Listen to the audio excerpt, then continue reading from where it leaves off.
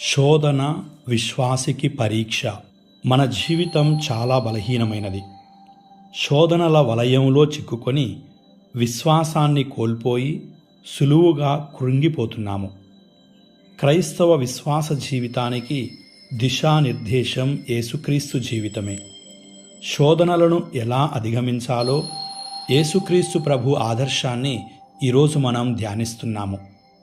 శోధనలు ఆత్మీయ జీవితానికి పరీక్ష. పుణ్యకార్యాలు చేసే క్రమంలో ఆత్మీయంగా బలహీనపడే శోధనలు ఉంటాయి. అన్ని మంచి పనులు చేసి ఆత్మను సంరక్షించుకోకపోతే ఎలా? మన వాగ్దాన భూమికి చేరే వరకు ఈ లోకము, సైతాను, శరీర సుఖాలు మనల్ని శోధిస్తూనే ఉంటాయి. ఈ తపస్సు కాలంలో ఆత్మీయంగా బలపరుచుకుంటూ ఏకాగ్రతతో ప్రభువుపై దృష్టిని ఉంచితే తప్పకుండా అన్ని శోధనలను జయిస్తాము. ప్రియులారా, శోధనలు జీవితంలో సహజమే.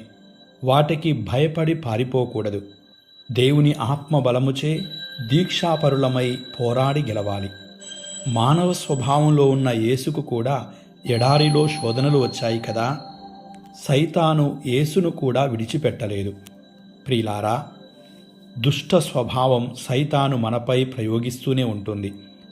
యేసు సైతానును జయించిన విధంగానే మనం కూడా సైతాను శోధనలను జయించాలి.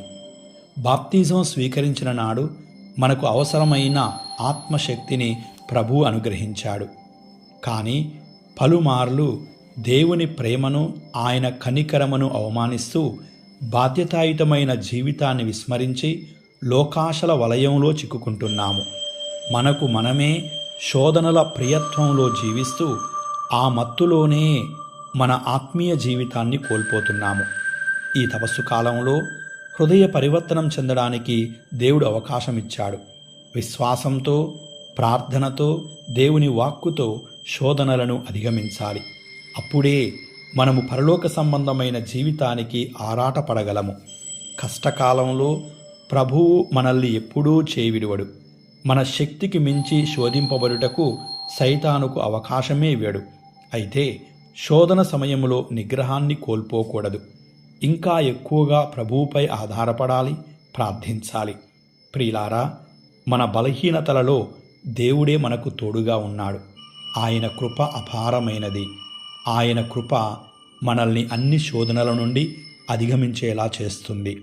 పవిత్రుడవైన దేవా, శరీర సంబంధమైన, లోక సంబంధమైన, ఆత్మ సంబంధమైన శోధనల వలయంలో నేను చిక్కుకోకుండా మీ కృపచేత శోధనలను అధిగమించే ఆత్మశక్తిని అనుగ్రహించండి. ఆమెన్.